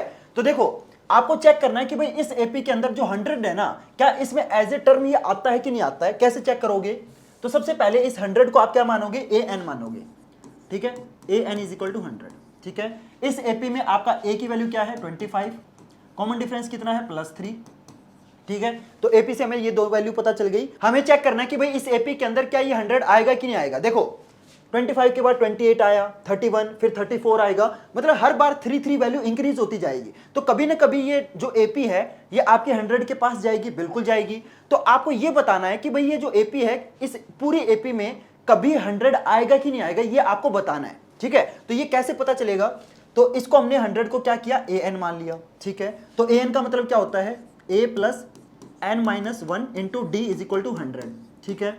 अब देखो a और d की वैल्यू आपको पता है, पुट कर दो। तो a आपका 25 है, n माइनस 1 इंटू डी कितना है 3 है, इज इक्वल टू 100, ठीक है। अब 25 उधर जाके माइनस हो जाएगा, तो ये 100 में से 25 गया तो 75, 3 इधर आके डिवाइड हो जाएगा, ठीक है। एक काम करता हूँ मैं अगले स्टेप में कर देता हूँ। तो 3 इधर आके डिवाइड हो जाएगा, तो n minus 1 is equal to 75/3 कितना होता है, ये होता है आपका 25, ठीक है। तो -1 उधर जाके प्लस हो जाएगा, तो n की वैल्यू आ गई 26। तो यस, जो आपकी ये एपी है, इस एपी में जो 100 है ना ये एज ए टर्म आता है। अगर आपके n की वैल्यू पॉइंट में आती ना, फॉर एग्जांपल 26.5 आ गया या फिर 10.3, मतलब अगर n की वैल्यू आपके पॉइंट में आएगी, इसका मतलब ये जो टर्म है ये इस एपी के अंदर नहीं आती है। लेकिन अगर n की value as a whole number आ गई ना, 26, 25, मतलब एक पूरा कंप्लीट नंबर आ गया ना, 11, 10 ऐसा कुछ भी आ गया, मतलब बिना पॉइंट वाली वैल्यू आई तो यस आंसर आएगा। अगर आपका n की वैल्यू पॉइंट में आई तो आंसर नो है। क्लियर एवरीवन, बहुत ही बेसिक क्वेश्चन था। चलो अगले क्वेश्चन पे चलते हैं। तो अगले क्वेश्चन में देखते क्या बोला गया है, if the sum of this series is okay then the number of terms are. बहुत इजी क्वेश्चन है। तो देखो यहाँ पे क्या बोला गया है कि भाई if the sum of the series, एक आपके सामने एक एपी है, ठीक है, और इस पूरी एपी का जो सम है वो कितना है, इतना है, ठीक है। अब आपको ये निकालना है, देखो ऑब्वियस सी बात है ये एपी आगे तक चलती जाएगी, तो आपको ये बताना है कि भाई आखिरी मतलब कौन सी वो टर्म है जहां तक पूरी एपी का जो सम है वो इतना आएगा, ये आपको बताना है। बहुत इजी सा क्वेश्चन है। तो बेसिकली इसके अंदर आपको क्या निकालना है, आपको n की वैल्यू निकालनी है, ठीक है। आपको दे क्या रखा है, आपको एस एन दे रखा है जो कि कितना है 60/100, ठीक है। ये आपको गिवन है, ये आपको निकालना है। तो बहुत ही सिंपल सा क्वेश्चन है। इस एपी से हमें क्या पता चल रहा है कि जो ए है वो आपका 2 है, ठीक है, और जो डी है वो कितना है, डी आपका 3 है। क्लियर एवरीवन, ये 3 चीजें आपको गिवन है, ये आपको निकालना है। बहुत ही सिंपल सा क्वेश्चन है, सॉल्व करते हैं। तो तुम भी ट्राई करो इस क्वेश्चन को, ओके। ऐसे रोबोट की तरह देखना नहीं है सिर्फ, ठीक है। मैं अच्छा पढ़ाता हूं तो हो सकता है आपको सारी चीजें समझ में आ रही होंगी, मेरे को पता है मैं अच्छा पढ़ाता हूं, ठीक है। कोई खुद की तारीफ मेरे को ज्यादा करने की जरूरत नहीं है, लेकिन तुम भी है ना रोबोट की तरफ मत बैठो। ये क्वेश्चन तुम भी खुद मतलब सोल्व करने का ट्राई करना है, ठीक है। तो देखो एस एन आपको गिवन है, एस एन कितना गिवन है 60/100, ठीक है। एस एन का मतलब क्या होता है, एस एन का फॉर्मूला क्या है, n/2 into 2a plus n-1 into D, ये आपका फॉर्मूला होता है। इक्वल टू कितना दे रखा है 60/100, ठीक है। अब देखो इस एपी से हमें ए और डी की वैल्यू पता है, ठीक है, एन आपको निकालना है, तो एन की जगह एन ही रहेगा, एन बाय 2, 2a, तो 2a कितना हो जाएगा, 4 हो जाएगा, ठीक है, 2 इंटू 2 4 होता है ना, तो मैंने डायरेक्ट 4 लिख दिया, plus n minus 1 into D, D आपका 3 है, इज इक्वल टू 60,100, ठीक है, क्लियर, यहां तक समझ में आया, सिंपल, मैंने ए और डी की वैल्यू पुट की है। अब इसको सोल्व करते हैं, तो यहां पे n बाई 2, यहां पे 4, ये 3 इस ब्रैकेट से मल्टीप्लाई होगा, तो 3n minus 3 is equal to 60,100, clear everyone, ठीक है, आगे सोल्व करते हैं। अब देखो ये चीज आ गई, 4 माइनस 3 कितना हो जाएगा, 1 हो जाएगा, तो यहां पे n बाई 2 रहेगा, यहां पे 1 प्लस 3n हो जाएगा, इज इक्वल टू 60,100, ठीक है। अब देखो ये जो 2 है ये इधर जाके मल्टीप्लाई कर देते हैं, ठीक है, यहां पे n बाई 2 था ना, तो जो बाय में 2 था वो इधर जाके मल्टीप्लाई हो जाएगा, तो इससे 2 मल्टीप्लाई होगा तो कितना आएगा, ये आ जाएगा आपका 120, 200, ठीक है, क्लियर एवरीवन। अब जो n है ये इस ब्रैकेट से मल्टीप्लाई करते हैं, तो ये हो जाएगा आपका 3n square plus n is equal to 120, 200, ठीक है, 120, 200 को लेफ्ट में ले आओ, तो 3n स्क्वायर प्लस n, ये माइनस में आ जाएगा, माइनस 120, 200 इक्वल टू 0। अब देखो ये आपकी क्या बन गई, क्वाड्रेटिक इक्वेशन बन गई। अब आपको क्या करना है, इस क्वाड्रेटिक इक्वेशन को सोल्व करोगे तो आपके n की 2 वैल्यू आएगी, एक आपकी पॉजिटिव आएगी, एक आपकी नेगेटिव आएगी, और आपको पता है जो n की वैल्यू है वो कभी भी आपकी ना तो पॉइंट में हो सकती, ना आपके n की वैल्यू नेगेटिव हो सकती है, ठीक है, ये आपको पता है ना। तो जो n की 2 वैल्यू आएंगी उनमें से जो आपकी पॉजिटिव वैल्यू होगी ना, आपको वो लेनी है, क्लियर एवरीवन। तो अब इसको सोल्व करते हैं, तो आपकी मर्जी है, इसको आप कैसे भी सोल्व कर सकते हो, क्वाड्रेटिक फॉर्मूले से भी सोल्व कर सकते हो, नॉर्मल फैक्टराइजेशन से भी सोल्व कर सकते हो, आपकी मर्जी है। तो मैं एक काम करता हूं, मैं इसको ना डायरेक्ट फैक्टराइजेशन से सोल्व करता हूं, तो 3n square plus 601 n minus 600 n minus 120, 200 equal to 0, clear everyone. तो देखो 601 और माइनस 600 है ना, ऐसे दो नंबर हैं जिनको मल्टीप्लाई करोगे तो कितना आएगा, इससे मल्टीप्लाई कर और 3 से मल्टीप्लाई करने पर जितना आएगा उतना ही आएगा, ठीक है। तो यहां पे इन दोनों को ऐड करोगे तो प्लस n आता है, ठीक है, तो आपके ये 2 नंबर हो गए। अब इनमें से आप क्या कॉमन ले सकते हो, आप है ना 3n कॉमन ले सकते हो, नहीं 3n नहीं लिया जाएगा क्योंकि 601 जो है वो 3 से डिवाइड नहीं होता है, तो सिंपल n कॉमन आएगा, तो n कॉमन आ गया, तो यहां पे 3n बचेगा प्लस 601 बचेगा, ठीक है, 601 बचेगा, क्लियर एवरीवन, समझ में आया इतना, ठीक है। अब यहां से क्या कॉमन आएगा, यहां से आप कॉमन ले सकते हो, आपका 600 कॉमन आएगा, माइनस में कॉमन लेना है ताकि ब्रैकेट के अंदर प्लस वाली वैल्यू बची, तो माइनस 600, नहीं माइनस 600 कॉमन नहीं लेते हैं, यहां से कॉमन लेंगे माइनस, यहां पे 3n बचाना है ना, तो 200 कॉमन लेंगे, माइनस 200 कॉमन लेंगे, 3n प्लस 601 आएगा, क्लियर एवरीवन, इक्वल टू 0। यहां तक समझ में आया। तो आपकी मर्जी है, आप है ना इसको किसी भी तरीके से कर सकते हो, क्वाड्रेटिक फॉर्मूले से भी कर सकते हो, लेकिन क्वाड्रेटिक फॉर्मूले से जो कैलकुलेशन है ना वो आपकी थोड़ी सी लंबी हो जाएगी, तो इसको है ना मैंने डायरेक्ट फैक्टराइजेशन से कर दिया है, बाकी आपकी मर्जी है, किसी भी तरीके से कर सकते हो, क्लियर एवरीवन, यहां तक समझ में आया, ठीक, आगे सोल्व करते हैं। अब देखो यहां पे 3n प्लस 601 है, यहां पे भी 3n प्लस 601 है, ठीक है, तो यहां से ये जो ब्रैकेट है ये आपका कॉमन आ जाएगा, तो 3n प्लस 601 ब्रैकेट में कॉमन आ गया। अब ये अंदर क्या बचेगा, n माइनस 200 इक्वल टू 0, ठीक है। अब देखो वही सेम चीज आ गई, दो ब्रैकेट आपस में मल्टीप्लाई है, ठीक है, दो ब्रैकेट आपस में मल्टीप्लाई है और आंसर 0 आ रहा है, इसका मतलब इन दोनों ब्रैकेट में से एक ब्रैकेट की वैल्यू क्या होगी, 0 होगी। तो हम क्या करेंगे, इन दोनों ब्रैकेट वाली चीजों को बारी बारी 0 के इक्वल पुट करेंगे, तो 3n प्लस 601 इक्वल टू 0। अब देखो इसको ना सोल्व करने की जरूरत नहीं है, क्यों, क्योंकि 601 उधर जाके माइनस हो जाएगा, फिर माइनस वाली चीज को 3 से डिवाइड करोगे तो आंसर माइनस में आएगा ना, n की वैल्यू माइनस में आएगी, और आपको मैंने क्या बोला था, n की वैल्यू ना तो पॉइंट में आनी चाहिए, ना आपके n की वैल्यू माइनस आनी चाहिए, ठीक है। तो इसको सोल्व करने का कोई फायदा नहीं है, क्योंकि इसको सोल्व करोगे तो n की वैल्यू माइनस में आएगी, ठीक है। दूसरा ब्रैकेट क्या है, n माइनस 200 इक्वल टू 0, तो n is equal to 200, clear everyone, समझ में आया? तो आपके n की वैल्यू कितनी आ गई? 200 आ गई। तो इसका मतलब क्या है कि ये जो एपी है ना, जब तक आपकी 200 टर्म तक जाएगी, उन सभी पहली 200 टर्म का जो सम होगा वो आपका इतना होगा। यानी कि इस एपी की पहली 200 टर्म को आप ऐड करोगे ना, तब जाके आंसर कितना आएगा, जो टोटल सम आएगा कितना आएगा, वो इतना आएगा। Clear everyone? तो इस क्वेश्चन में आपको यही बताना था कि भाई इस एपी के कितनी टर्म्स को मैं ऐड करूं ताकि जो आंसर है, जो यानी कि जो टोटल सम है, वो आपका इतना है। Clear everyone? तो कितनी टर्म है? 200 टर्म को ऐड करोगे ना, तब जो टोटल है वो आपका इतना आएगा। Clear everyone? समझ में आया? क्वेश्चन काफी बिलो एवरेज क्वेश्चन था, मेरे ख्याल से ऑलमोस्ट सभी बच्चों को ये क्वेश्चन आता होगा। चलो अगले क्वेश्चन पे चलते हैं। तो अगले क्वेश्चन में देखो क्या बोला गया है, find the middle term of this AP. बहुत ही सिंपल सा क्वेश्चन है।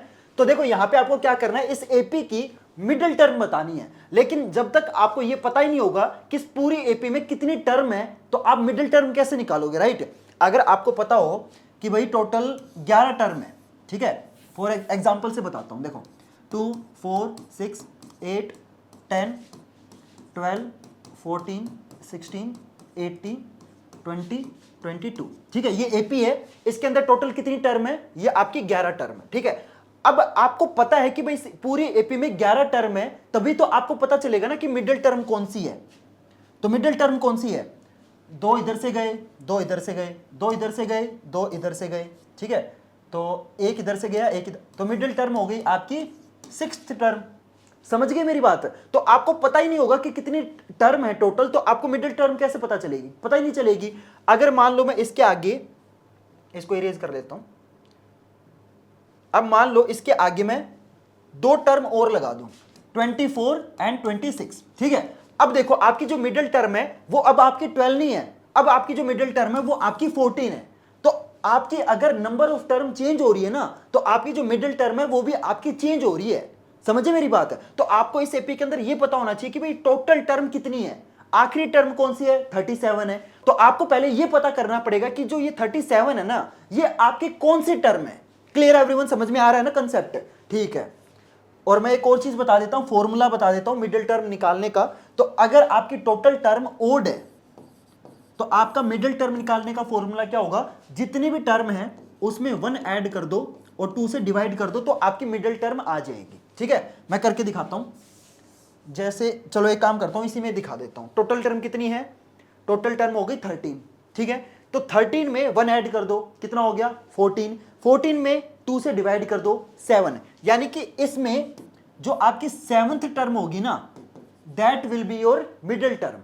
Clear everyone? तो अगर आपकी टोटल टर्म सारी की सारी टर्म ओड है ना, मतलब टोटल जितनी भी टर्म है वो अगर ओड है, कितनी टर्म है? 13 टर्म है। 13 क्या होता है? ओड होता है। तो अगर आपकी सारी टर्म ओड है, फिर मिडिल टर्म निकालनी, तो कौन सा फॉर्मूला यूज करना पड़ेगा? ये यूज करना पड़ेगा। Clear everyone? लेकिन अगर आपकी टोटल टर्म इवन है, अब देखो अब टोटल कितनी है? 12 टर्म है। तो अगर आपकी टोटल टर्म इवन है ना, तो आपकी 2 मिडिल टर्म आएगी। कैसे? मैं करके दिखाता हूं। देखो यहां पे टोटल टर्म कितनी है? 12 है ना।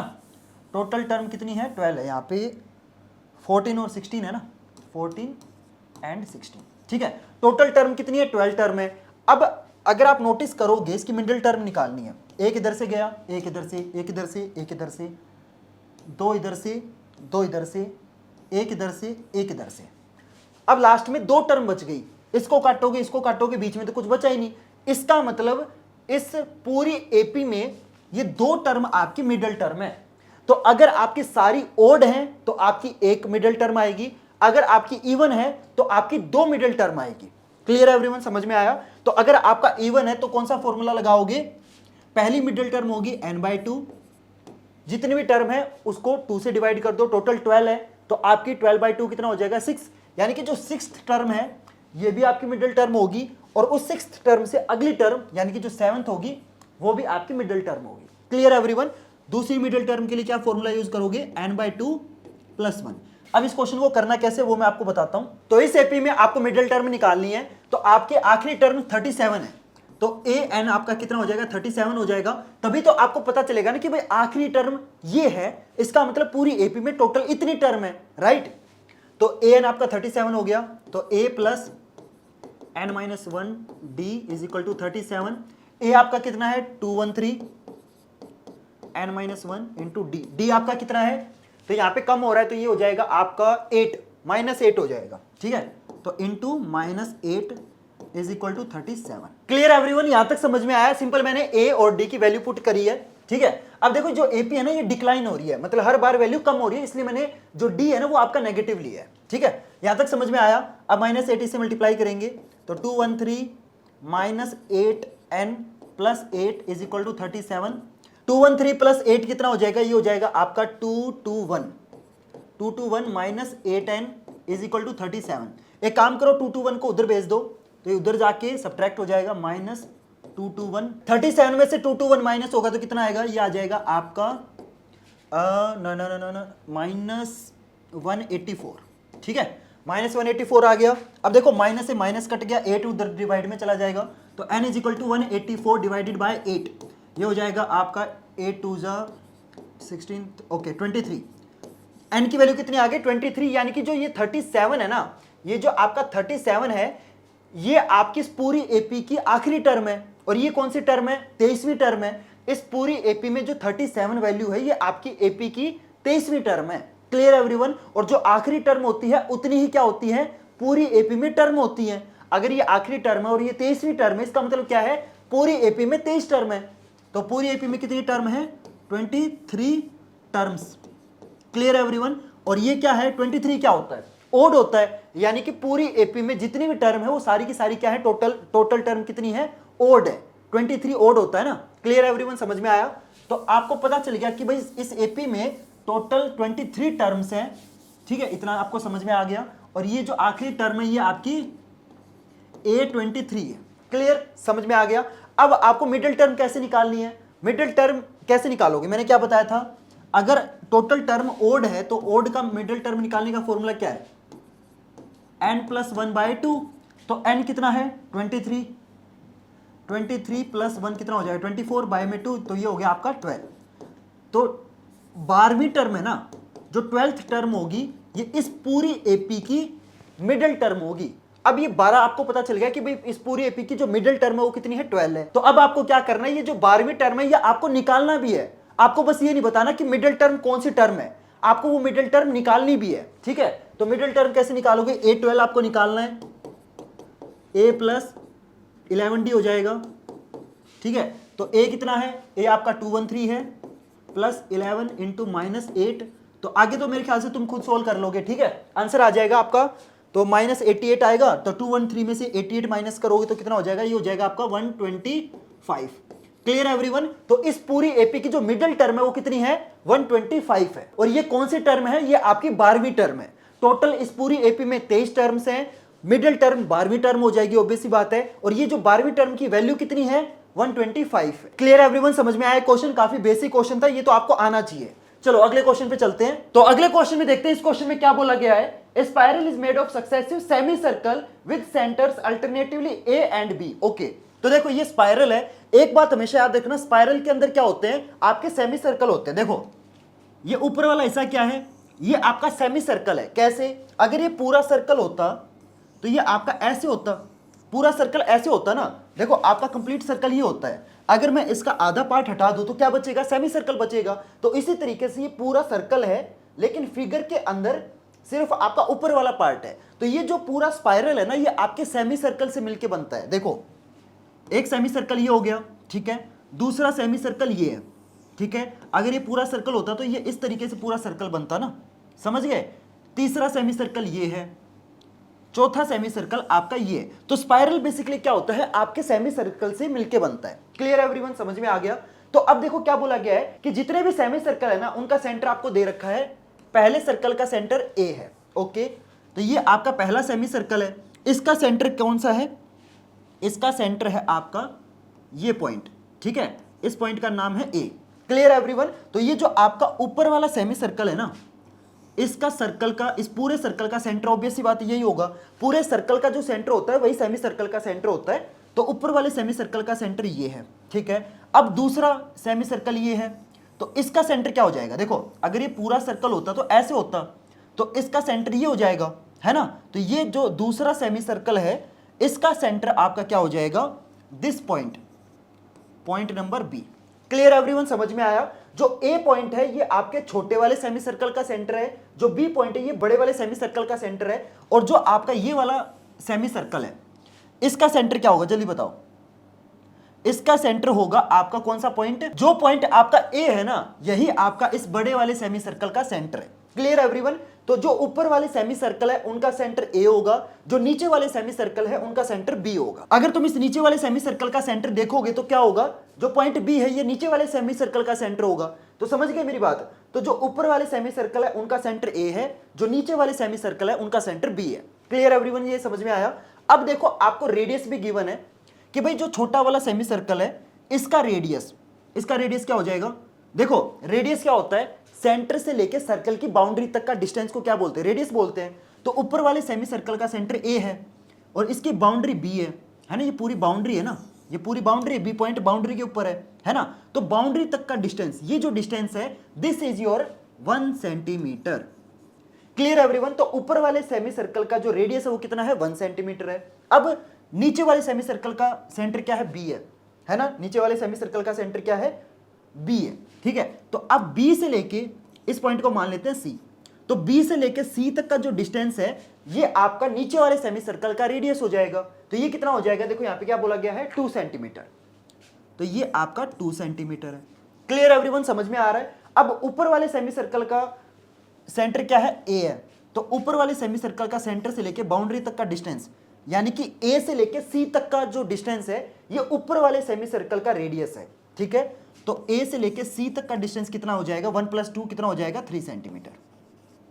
क्लियर एवरीवन, समझ में आ रहा है। तो हर बार क्या हो रहा है कि हर सेमी सर्कल का जो रेडियस है ना वो 1 सेंटीमीटर इंक्रीज हो रहा है। जो ऊपर वाला सेमी सर्कल है उसका रेडियस कितना है, 1 सेंटीमीटर। जो उससे बड़ा सेमी सर्कल है उसका रेडियस 2 सेंटीमीटर। जो उससे बड़ा है उसका 3 सेंटीमीटर। तो अगर आप एक चीज नोटिस करोगे, एक पैटर्न को नोटिस करोगे, और एपी क्या होता है, पैटर्न ही तो होता है ना। तो अगर आप इसमें पैटर्न नोटिस करोगे तो आपको पता चलेगा कि जैसे जैसे सेमी सर्कल बड़ा होता जाता है उसका जो रेडियस है वो भी आपका इंक्रीज हो रहा है। पहले का 1 सेंटीमीटर, फिर 2 सेंटीमीटर, फिर 3 सेंटीमीटर, हर बार आपका 1 सेंटीमीटर क्या हो रहा है, इंक्रीज हो रहा है। ठीक है, इतना समझ में आया। यही मेन चीज है जो इस क्वेश्चन में आपको समझनी है। स्पाइरल के अंदर क्या होता है कि आपका जो रेडियस है ना वो हर बार इंक्रीज होता है। अब देखो स्पाइरल टू स्पाइरल डिपेंड करता है कि आपका रेडियस 2 सेंटीमीटर इंक्रीज होगा, 5 सेंटीमीटर इंक्रीज होगा, वो डिपेंड करता है स्पाइरल आपका कितना बड़ा है। लेकिन इस क्वेश्चन में जो रेडियस है वो आपका 1-1 सेंटीमीटर इंक्रीज हो रहा है। हर बार आपका रेडियस इंक्रीज होगा, ये पक्का है। कितना होगा वो आपके स्पाइरल पे डिपेंड करता है। ठीक है, अब देखो आगे क्या बोला गया है, what is the total length of the spiral made up of 11 consecutive semi circle. यानी कि इस पूरे स्पाइरल के अंदर टोटल कितने सेमी सर्कल हैं, टोटल आपके 11 सेमी सर्कल है, 11 सेमी सर्कल्स। ठीक है, 11 सेमी सर्कल है आपके टोटल। तो इसका मतलब अब देखो आपको निकालना क्या इस क्वेश्चन में, आपको इस स्पाइरल की लेंथ निकालनी है। जो स्पाइरल है वो आपका इस कलर से बना हुआ है। ठीक है, तो यानी कि आपको सेमी सर्कल की बाउंड्री की लेंथ बतानी है। समझ रहे हो, एक सेमी सर्कल की बाउंड्री ये है, दूसरे की ये है, तीसरे की ये है। समझ रहे हो मेरी बात। तो आपको बेसिकली क्या करना है, जो सेमी सर्कल की बाउंड्री की लेंथ है ना वो आपको बतानी है। तो एक बात बताओ, पूरे सर्कल की बाउंड्री को क्या बोलते हैं, सर्कमफ्रेंस बोलते हैं। और पूरे सर्कल की सर्कमफ्रेंस का फॉर्मूला क्या होता है, पूरे सर्कल की सर्कमफ्रेंस होती है आपकी 2πr। क्लियर। तो सेमी सर्कल की कितनी हो जाएगी, 2 से डिवाइड कर दो। तो एक सेमी सर्कल की जो सर्कमफ्रेंस होती है वो कितनी होती है गाइस, जल्दी बताओ, πr। क्लियर एवरीवन, समझ में आया। तो आपके छोटे वाले सेमी सर्कल की जो सर्कमफ्रेंस है वो कितनी है, πr। छोटे वाले सर्कल का रेडियस कितना है, 1 है। ठीक है, तो यहां पे मैं लिखता हूं सर्कमफ्रेंस। ठीक है, मैं शॉर्ट फॉर्म में लिख रहा हूं, circumference of first circle, formula क्या हो जाएगा, πr1। ठीक है, समझ में आ गया ना। सबसे छोटे वाले यानी कि जो ये मेरा सेमी सर्कल है ना, इसकी बाउंड्री कितनी बड़ी है वो आपकी πr1 है। तो छोटे वाले सर्कल का जो रेडियस है वो कितना है, r1 है, 1 सेंटीमीटर है। तो r1 की जगह क्या आ जाएगा, 1 सेंटीमीटर आ जाएगा, यानी कि पाई सेंटीमीटर। Clear everyone. और ऐसे टोटल कितने सेमी सर्कल है, 11 है। ठीक है, तो ये पहला वाला सेमी सर्कल हो गया। फिर जो नीचे वाला इससे बड़ा है उसका रेडियस कितना है, सर्कमफ्रेंस ऑफ सेकंड सर्कल, जो इससे नीचे वाला जो सेमी सर्कल है उसका सर्कमफ्रेंस कितना हो जाएगा, πr2। अब नीचे वाले सेमी सर्कल का रेडियस कितना है 2 सेंटीमीटर। हर बार आपका सेमी सर्कल का जो रेडियस है वो 1 सेंटीमीटर इंक्रीज हो रहा है, तो यहां पे इस बार क्या हो जाएगा 2 pi. Clear everyone, 2 pi centimetre. तो ऐसे कितने सेमी सर्कल है 11 है। तो आप बेसिकली क्या करोगे, सभी सेमी सर्कल की जो सर्कमफ्रेंस है उनको आपको ऐड करना है ना। तो सभी सेमी सर्कल की सर्कमफ्रेंस को ऐड करते हैं। तो आपको कंसेप्ट समझ में आ गया ना, बहुत ही मतलब बढ़िया लेवल का क्वेश्चन है ये, और ये पेपर में आपके आ सकता है। ठीक है, तो इस क्वेश्चन में आपको बेसिकली करना क्या है, आपके 11 के 11 सेमी सर्कल की जो सर्कमफ्रेंस है वो आपको ऐड करनी है। तो पहले सर्कल की सर्कमफ्रेंस प्लस दूसरे सर्कल की सर्कमफ्रेंस, और ऐसे करते करते आपको टोटल 11वें सेमी सर्कल की जो सर्कमफ्रेंस है वो वहां तक आपको ऐड करना है।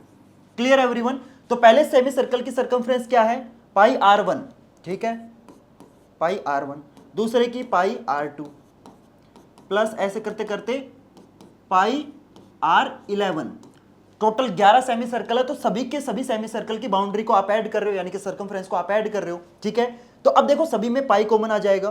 तो आप दो तरीके से इसको कर सकते हो, या तो आप डायरेक्ट यहां पे वैल्यू पुट कर दो। ठीक है, देखो पहले सेमी सर्कल की रेडियस 1 सेंटीमीटर है, दूसरे की 2 है, तीसरे की 3 है, चौथे की 4 है, तो 11वें की कितनी हो जाएगी, 11 हो जाएगी, है ना। तो सभी के आपको ऑलरेडी क्या पता है, आपको रेडियस पता है, तो आप एक काम कर सकते हो, डायरेक्ट इसमें वैल्यू पुट कर सकते हो।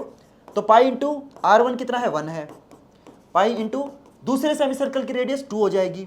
ठीक है, ऐसे करते करते पाई इंटू 11, है ना, आखिरी वाली की 11 हो जाएगी। ठीक है, तो पाई, तो आप एक काम कर सकते हो, या तो इसको सोल्व करके वैसे ऐड कर दो, या फिर आप एक और काम कर सकते हो, इसमें ना पाई कॉमन ले लो। पाई कॉमन ले लिया तो 1 प्लस 2 प्लस 3 प्लस अंदर प्लस 11 तक। ठीक है, अब देखो ब्रैकेट के अंदर आपकी एपी बन गई। सिंपल यहां पे आप क्या लगाओगे, सम ऑफ टर्म्स का फॉर्मूला लगाओगे ना, SN।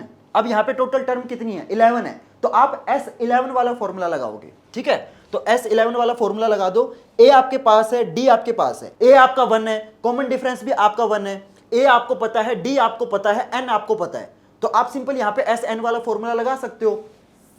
तो यहां पे अब हम SN वाला फॉर्मूला लगाएंगे। क्लियर एवरीवन, इतना समझ में आया। अब देखो यहां पे ना आपका S11 वाला फॉर्मूला लगेगा। S11 वाला फॉर्मूला क्या है जल्दी बताओ, n/2। अब टोटल टर्म कितनी है, 11 है, तो 11/2 इंटू 2a, तो a आपका 1 है तो 2a 2 हो जाएगा, प्लस n-1, n कितना है 11, तो यहाँ पे 10d आएगा, तो यहाँ पे 10d आपका 1 है तो d इंटू 1 कितना हो जाएगा, ये भी आपका 10 हो जाएगा। क्लियर एवरीवन, सिंपल सोल्व कर दो, तो ये हो जाएगा आपका 12/6, ये हो गया आपका 66 पाई। क्लियर एवरीवन, समझ में आया। तो इस क्वेश्चन को आप दो तरीके से कर सकते हो। सिंपल मैंने क्या किया, पहले तो मैंने पाई कॉमन ले लिया और जो S11 वाला फॉर्मूला है वो लगा दिया। तो आप इस तरीके से भी कर सकते हो। बाकी दूसरा तरीका मैंने आपको क्या बताया था, सिंपल आप सारी कैलकुलेशन करके उनको ऐड भी कर सकते हो, वो आपकी मर्जी है। ठीक है, तो समझ में आया क्वेश्चन। तो यहाँ पे देखो क्वेश्चन में आपको पाई की वैल्यू दे रखी है, तो इसका मतलब आप यहां तक क्वेश्चन नहीं छोड़ सकते, आपको ये पाई की वैल्यू पुट करनी पड़ेगी। ठीक है, तो पाई की वैल्यू पुट करेंगे तो 66 इंटू 3.14 मल्टीप्लाई तुम खुद कर लेना। ठीक है, मैं मल्टीप्लाई करूंगा तो टाइम वेस्ट होगा बिना बात का, ये तो आपको आता होगा मल्टीप्लाई करना। क्लियर एवरीवन, तो इस तरीके से आपका ये क्वेश्चन कंप्लीट होगा। ये क्वेश्चन आपका डायरेक्ट एनसीईआरटी से उठाया हुआ है और ये क्वेश्चन काफी इंपॉर्टेंट है। मैं इस क्वेश्चन को ये मानूंगा ये एवरेज कैटेगरी का क्वेश्चन है। ठीक है, तो अगर आपको ये क्वेश्चन आता है तो ये मान के चलो आप एवरेज कैटेगरी में लाई करते हो। ठीक है, तो अगर आपसे ये क्वेश्चन हो गया है तो भी आपको मेरे को बताना है कि भैया मेरे को ये क्वेश्चन आता था। अगर आपको नहीं आता तो भी मेरे को बताना है कि भैया मेरे को ये वाला पार्ट नहीं आता या मेरी ये मिस्टेक हो गई थी। दोनों चीजें आपको बतानी है, चाहे क्वेश्चन आपसे हो चाहे ना हो, दोनों चीजें आपको मेरे को बतानी है। क्लियर एवरीवन, चलो अगले क्वेश्चन पे चलते हैं। तो इस क्वेश्चन में देखते हैं क्या बोला गया है। If 7 times the 7th term of an AP is equal to 11 times the 11th term, then what will be the 18th term. बहुत इजी सा क्वेश्चन है, और ये क्वेश्चन है ना बहुत सारे बच्चों को पता है क्या दिक्कत आती है, और मैं आपको इस क्वेश्चन में एक ऐसा ट्रिक बताऊंगा जिससे ये क्वेश्चन है ना आपका चुटकियों में हो जाएगा, मैं आपको गारंटी देता हूं। और मैं आपको एक और चीज बोलूंगा, ये ट्रिक आपको पूरे यूट्यूब पे कोई नहीं बताएगा, और अगर तुम्हें ये ट्रिक अच्छा लगे ना तो आपको कसम है ये वीडियो लाइक करनी पड़ेगी। ठीक है, देखो यार इस क्वेश्चन में सबसे ज्यादा दिक्कत बच्चों को पता क्या आती है, बच्चों को ना स्टेटमेंट पढ़ के समझ ही नहीं आता कि स्टेटमेंट को मतलब पढ़ने के बाद हमें इक्वेशन कैसे बनानी है। और मैं आपको अब है ना इक्वेशन बनाने का एक ऐसा ट्रिक बताऊंगा, मतलब क्वेश्चन तुम्हें पढ़ने की जरूरत ही नहीं है। मैं बताता हूं, देखो ये क्वेश्चन है। अब इस क्वेश्चन में आपको क्या ढूंढना है, एक हेल्पिंग वर्ब ढूंढनी है। हेल्पिंग वर्ब क्या होती है, is, am, are, has, have. ठीक है, ये क्या है, ये आपकी हेल्पिंग वर्ब है। अब इस पूरी इक्वेशन में एक हेल्पिंग वर्ब ढूंढो। आपकी इज हेल्पिंग वर्ब है, बिल्कुल, तो आपको हेल्पिंग वर्ब मिल गई है ना। अब बहुत सारे बच्चे सोचेंगे कि भैया ये मतलब मैथ वाले क्वेश्चन में आप इंग्लिश वाली चीजें कैसे बता रहे हो, यही तो ट्रिक है, ये आपको कोई नहीं बताएगा और ये मेरा खुद का ट्रेडमार्क वाला ट्रिक है। और ये ट्रिक ढूंढने में भाई मेरे को 2 साल लगे हैं, तो इतना तो बनता है वीडियो को लाइक करना, इस वीडियो को शेयर करना, क्योंकि मैं आपको बता रहा हूं ये जो ट्रिक है ना ये आपकी लाइफ चेंज कर देगा। अब तुमने हेल्पिंग वर्ब ढूंढ ली, ठीक है, अब आपको सिंपल क्या करना है, इस हेल्पिंग वर्ब के सामने आपको सिंपल इक्वल टू का साइन लगा देना है। जहां पे हेल्पिंग वर्ब है वहां पे आपका इक्वल टू का साइन आएगा। आपको क्वेश्चन पढ़ने की जरूरत ही नहीं है, आपकी इक्वेशन अपने आप बनेगी, देखना। और ये जो ट्रिक है ना, ये आप जो आपका 3rd चैप्टर है pair of linear equation in 2 variable, उसके अंदर भी अप्लाई कर सकते हो। क्योंकि यार मेरे को पता है बहुत सारे बच्चे ऐसे हैं जो मतलब क्वेश्चन पढ़ने के बाद उनको समझ ही नहीं आता कि इक्वेशन कैसे बनानी है। वो मतलब कैलकुलेशन कर लेंगे, उनको फॉर्मूले वगैरह सब आते हैं, उनको इक्वेशन बनानी नहीं आती, और ये ट्रिक आप इक्वेशन बनाने में यूज कर सकते हो। तो देखो, जहां पे आपकी हेल्पिंग वर्ब है वहां पे आपने इक्वल टू का साइन लगा दिया, ठीक है। अब आपकी हेल्पिंग वर्ब के लेफ्ट साइड में जो चीज है वो आपके इक्वल टू के लेफ्ट साइड में आएगी, जो हेल्पिंग वर्ब के राइट साइड है ना वो आपके इक्वल टू के राइट साइड आएगी। तो अब देखो इसके राइट साइड में क्या है, इक्वल टू 11 टाइम्स, तो पहले 11 लिखा हुआ है, तो आप इक्वल टू के राइट साइड में तुरंत 11 लिख दोगे। लिख दिया 11 टाइम्स, टाइम्स का मतलब क्या होता है, टाइम का मतलब होता है गुना, ठीक है, यानी कि मल्टीप्लाई, ठीक है। तो यहाँ पे 11 के राइट साइड में टाइम्स लिखा हुआ है ना, तो आप भी मल्टीप्लाई वाला जो साइन है वो 11 के राइट साइड में लिखोगे। Clear everyone? तो आप 11 के राइट साइड में टाइम्स वर्ड है, तो 11 के राइट साइड में आपका मल्टीप्लाई वाला साइन आएगा, ठीक है।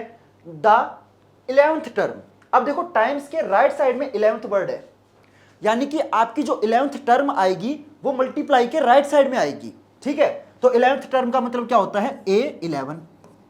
Clear everyone? और इसके बाद कुछ भी नहीं है, समझ गए? तो आपका इक्वल टू के राइट साइड वाली चीज आ गई, ठीक है। अब इसके लेफ्ट में जो चीज है वो आपके इक्वल टू के लेफ्ट में आएगी। तो अब देखो इसके लेफ्ट में क्या है, of an AP 7th term, तो इसके लेफ्ट में 7th टर्म है, तो यहां पे इक्वल टू के लेफ्ट में क्या आएगा, 7th टर्म, यानी कि A7 आएगा, ठीक है।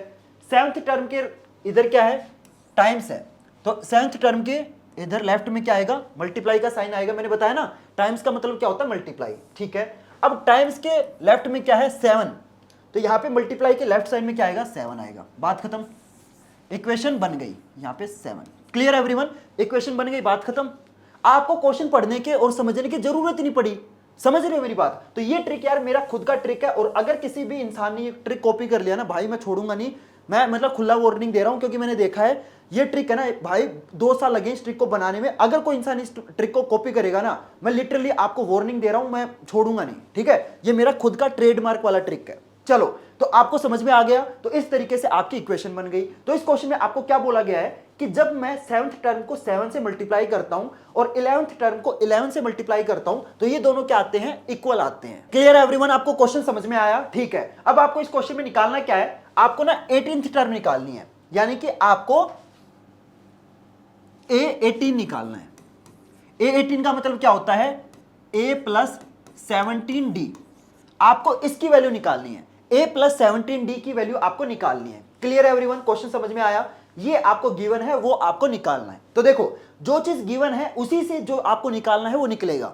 तो जो चीज गिवन है इसको सोल्व करो, तो इसको सोल्व करते हैं। तो अब देखो 7 × A7 है, तो 7 × A7 का मतलब क्या होता है, A + 6D, ठीक है, इज इक्वल टू 11 × A11 का मतलब क्या होता है, A + 10D, ठीक है। समझ में आया? तो सिंपल आपने क्या किया, A7 की वैल्यू पुट कर दी, A11 की वैल्यू पुट कर दी, सोल्व करो, तो ये 7 इस ब्रैकेट से मल्टीप्लाई होगा, तो 7A + 7 42 42D is equal to 11A + 110D। Clear everyone? इतना समझ में आया? ठीक है। अब देखो इसमें ना 2 चीजें कर सकते हो, आप ये वाली चीज उठा के लेफ्ट में लेके आ सकते हो, या फिर ये वाली चीज उठा के उधर ले जा सकते हो, तो आपकी मर्जी है। तो एक काम करते हैं, ये वाली चीज है ना उठा के उधर ले जाते हैं, ठीक है। इससे क्या होगा कि नेगेटिव साइन नहीं आएगा। अगर मैं ये सारी चीज उठा के इधर लाऊंगा ना तो सारी चीज नेगेटिव हो जाएगी, तो मैं एक काम करता हूं, ये वाली चीज उधर ले जाता हूं, ठीक है। तो इतना समझ में आया ना आपको? ओके, तो ये चीज आ गई। अब मैं क्या करूंगा, एक काम करो, देखो मैं आपको एक और चीज बताता हूं। आपको पता है अगर A = B लिखा हुआ है तो आप उसको B = A लिख सकते हो, बिल्कुल लिख सकते हो। तो अगर ये चीज इसके इक्वल है तो इसके इक्वल ये चीज होगी। तो मैं एक काम करता हूं, इनको ना रिवर्स कर देता हूं, ठीक है। इनको आप क्या कर देते हो, रिवर्स कर देते हैं। तो ये जो राइट साइड में लिखी हुई चीज है इसको लेफ्ट में लिख लेते हैं, और जो लेफ्ट में है वो राइट साइड में लिख लेते हैं। तो 11a plus 110d is equal to 7a plus 42d। Clear everyone? मैंने कुछ नहीं किया, जो लेफ्ट में है वो राइट में लिख दिया, जो राइट में वो लेफ्ट में लिख दिया। इतना समझ में आया? ठीक है।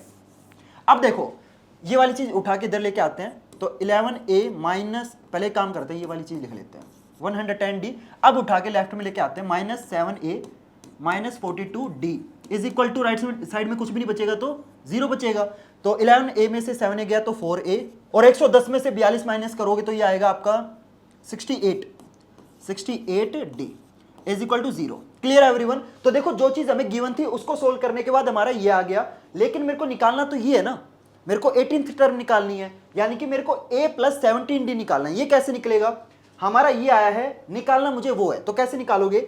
अगर आप इसमें एक चीज नोटिस करोगे तो इसमें आपका 4 कॉमन आ रहा है, बिल्कुल आ रहा है, तो इसमें से काम करो 4 कॉमन ले लो, तो 4 कॉमन ले लिया, a plus 17d is equal to 0।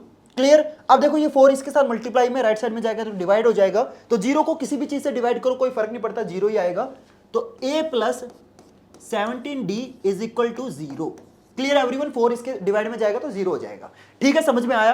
तो सोल्व करने पर मेरी ये चीज आ गई। मेरे को निकालना क्या था? a प्लस 17d निकालना है। वैल्यू मेरी किसकी आई है? a प्लस 17d की आई है, और वैल्यू क्या है? 0। यानी कि इस AP की जो 18th टर्म है ना वो कितनी है? 0 है। Clear everyone? समझ में आया क्वेश्चन? तो मेरे को जो चीज गिवन थी उसको मैंने सोल्व किया, तो मेरी a प्लस 17d की वैल्यू आ गई, कितनी आई? 0 आ गई, और यही चीज मेरे को निकालनी थी, तो क्वेश्चन कंप्लीट हो गया। Clear everyone? समझ में आया क्वेश्चन? काफी बेसिक लेवल क्वेश्चन बोलूंगा इसको, तो ये तो मतलब आपको आना ही चाहिए। ठीक है, मेरे ख्याल से 90% बच्चों को ये क्वेश्चन आता होगा, तो काफी अच्छी बात है। ये क्वेश्चन बहुत ही सिंपल क्वेश्चन है। चलो अगले क्वेश्चन पे चलते हैं। तो इस क्वेश्चन में देखते हैं क्या बोला गया है। 4 terms of an AP are such that the ratio of the product of the first and fourth term to that of the second and third term is 2:3 and the sum of all 4 terms is 20. What is the common difference? तो काफी easy question है। तो देखो इस question को कैसे करना है, एक बात हमेशा याद रखना जो कि बहुत सारे बच्चों को पता नहीं होगी। यहाँ पे ना जो इस क्वेश्चन का जो मेन ट्रिक है ना वो ये है कि यहाँ पे जो आपको 4 टर्म दे रखी है ना ये आपको लेट करनी है, लेकिन यहाँ पे बहुत सारे बच्चे क्या करेंगे, पहली 4 टर्म को क्या लेट करेंगे? a plus D, a plus 2d, a plus 3d। Maximum बच्चे क्या करेंगे, जो पहली 4 टर्म लेट करेंगे ना वो इस तरीके से लेट करेंगे। मैं ये नहीं बोल रहा कि ये आपने गलत लेट की है, लेकिन इस टाइप के क्वेश्चन में आपको पहली 4 टर्म इस तरीके से लेट नहीं करनी। आपको किस तरीके से लेट करनी है मैं बताता हूं। देखो जब भी आपका रेशो वाला क्वेश्चन आ जाए ना तो आपको टर्म कैसे लेट करनी है मैं बताता हूं। पहली टर्म आप लेट करोगे a माइनस 3d, ठीक है। दूसरी टर्म लेट करोगे a माइनस डी, तीसरी टर्म a प्लस डी, चौथी टर्म a प्लस 3d। हर बार क्या हो रहा है, आपके जो कॉमन डिफरेंस है वो कितना है, हर बार कॉमन डिफरेंस आपका 2d का है, राइट। अगर आप नोटिस करोगे तो हर कॉमन डिफरेंस क्या है, 2d का है। तो आपको जो टर्म लेट करनी है वो इस तरीके से लेट करनी है। अगर आप नोटिस करोगे ये AP है, क्योंकि हर बार आपका कॉमन डिफरेंस कितना है, 2d है ना। हर बार जो 2d है वो आपका ऐड हो रहा है हर टर्म के अंदर। तो यहाँ पे अगर आप नोटिस करोगे तो ये AP है, बिल्कुल है। तो इस तरीके से आपको टर्म लेट करनी है। इस तरीके से टर्म लेट करने का फायदा मैं बताता हूं। जब आप इन सभी को ऐड करोगे ना, अगर आपके इन 4 टर्म का जो सम है अगर आप करोगे तो सम करने पर इस d से ये d कैंसिल, ये 3d से 3d कैंसिल, तो यहां पे सिर्फ 4a आएगा और a की वैल्यू हमेशा क्या आएगी, 0 आएगी।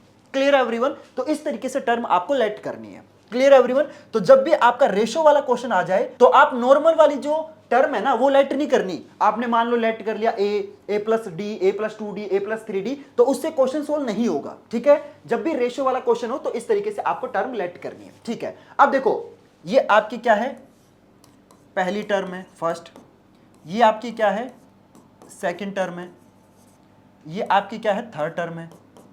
तो एक काम करता हूं मैं इसको ना सिंपल लिखता हूं।